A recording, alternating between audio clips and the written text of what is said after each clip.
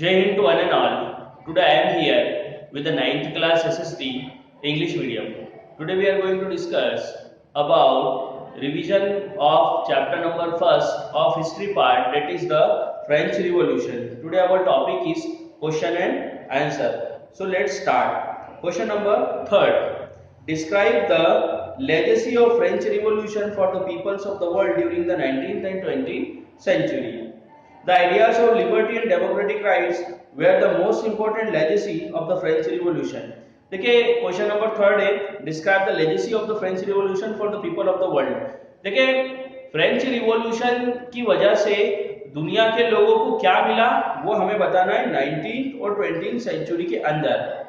देखिए जो idea of liberty है और जो डेमोक्रेटिक राइट्स है ये मोस्ट इंपॉर्टेंट लेगेसी है फ्रेंच रिवॉल्यूशन की. मतलब जो फ्रेंच रिवॉल्यूशन हुआ था उसके बाद में लोगों को मालूम पड़ा कि liberty, what is the idea of liberty, कि लिबर्टी का आइडिया क्या होता है या डेमोक्रेटिक राइट्स वगैरह क्या होती है. देखिए इसके पहले क्या है, मोनार्ची रूल चलता था, राजा के शासन के अंदर लोग रहा करते थे. यदि राजा क्रूर है तो जनता त्रस्त रहा करती थी, जो उनकी सब्जेक्ट है वो त्रस्त रहा करते थे. और यदि अगर राजा ठीक है तो वो जनता भी ठीक से रहा करती थी, वहां पर न्याय वगैरह जस्टिस वगैरह हुआ करता था. तो देखिए अब लोगों को यहाँ पर फ्रेंच रिवॉल्यूशन के बाद में पहली बार मालूम पड़ा है कि डेमोक्रेटिक राइट्स भी कुछ चीज होती है, डेमोक्रेसी भी कुछ चीज होती है. Okay, this spreads from French to rest of the Europe during the 19th century. देखिए हम बात करें लिबर्टी की या डेमोक्रेसी की तो ये फ्रांस से दूसरी यूरोपियन कंट्रीज के अंदर फैला 19th सेंचुरी जो है, where federal system were abolish, और इसके बाद में जो फेडरल सिस्टम है वो अबोलिश कर दिया गया, उसे हटा लिया गया. Further these ideas spread to different colonies of the European nation. अब देखिए उसके बाद में ये अलग अलग कॉलोनीज में पहुंचा. मतलब जो यूरोपियन नेशंस ने अपनी अलग अलग कॉलोनीज बना रखी थी एशिया और अफ्रीका के देशों के अंदर. तो पहले तो ये यूरोप के अंदर ये आइडिया स्प्रेड हुआ लिबर्टी का और इसके अलावा डेमोक्रेसी का. उसके बाद में अब ये यूरोपियन नेशंस के अंदर स्प्रेड होना शुरू हो गया है. यूरोपियन जो कॉलोनीज है, जो यूरोपियन देशों ने कॉलोनीज बना रखी है एशिया और अफ्रीका के देशों में, वहां पर अब ये स्प्रेड होना शुरू हो गया.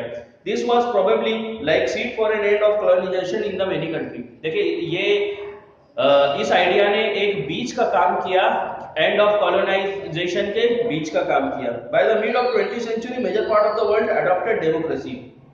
20th सेंचुरी के मध्य तक के दुनिया के अलग अलग देशों ने डेमोक्रेसी को एडॉप्ट कर लिया था. ओके, आगे हम देखते हैं question 4. Draw up a list of democratic right we enjoy today those origin could be traced to the French revolution. देखिए हमें ऐसी राइट्स के बारे में बताना है जो हम आज एंजॉय कर रहे हैं, मतलब आज हम डेमोक्रेसी के अंदर एंजॉय कर रहे हैं, लेकिन जो उसके ट्रेसेस हमें जो कि फ्रेंच रिवॉल्यूशन से ट्रेस्ड हुई है. देखिए अगर हम राइट्स की बात करें तो right to equality, right to freedom of speech and expression और right to freedom from exploitation, इसके अलावा राइट टू कॉन्स्टिट्यूशनल रेमेडी, ये सारी जितनी भी राइट्स है ये सभी की सभी इनका जो ओरिजिन है वो ट्रेस्ड होता है फ्रेंच रिवॉल्यूशन से. Okay, now question number 5. Would you agree with the view that the message of the universal right was best with contradictions explain. The major contradiction in the message of the universal right as per the French Constitution of 1791 was the total ignorance of women. All the rights were given to men. Apart from that, the presence of huge number of the people as passive citizens without voting rights was like not putting into practice what you preach. In other words, it can be said that although the declaration of the universal rights was a good starting point, but it left much to be desired. देखिए यहाँ पर हमसे question पूछा गया है, would you agree with the view that the message of universal right was beset with the contradiction. देखिए जो universal जो राइट्स का जो मैसेज है उसका जो वो किस कॉन्ट्रडिक्शन के साथ है वो हमें यहाँ पर बताना है. तो देखिए इसका जो मेजर कॉन्ट्रडिक्शन है यूनिवर्सल राइट्स के मैसेज में वो ये है कि देखिए अगर हम कॉन्स्टिट्यूशन की बात करें, जो फ्रेंच में कॉन्स्टिट्यूशन बना 1971 में, तो वहां पर वुमेन को पूरी तरीके से इग्नोर किया गया.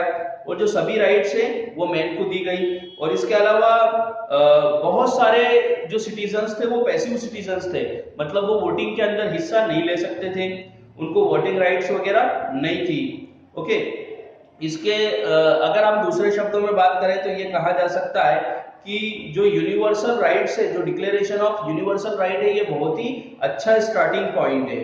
ओके, देखिए जब तक के यूनिवर्सल राइट्स नहीं रहेगी तब तक कि कहीं ना कहीं जो देश है उसमें किसी वर्ग के लोगों के ऊपर प्रॉब्लमेटिक सिचुएशन होती रहेगी। यदि यूनिवर्सल राइट्स है तो लोगों पे जो प्रॉब्लमेटिक सिचुएशन है वो कम होगी। ओके, जैसे कि हमने देखा फ्रांस के अंदर कि जो वुमेन्स को राइट नहीं है, और इसके अलावा जो बहुत सारे सिटीजन है वो पैसिव सिटीजन है। तो जो डिक्लेरेशन हुआ है यूनिवर्सल ह्यूमन राइट का, तो ये सभी के लिए बेनिफिशियल है, ऑल ओवर द वर्ल्ड के लिए बेनिफिशियल है।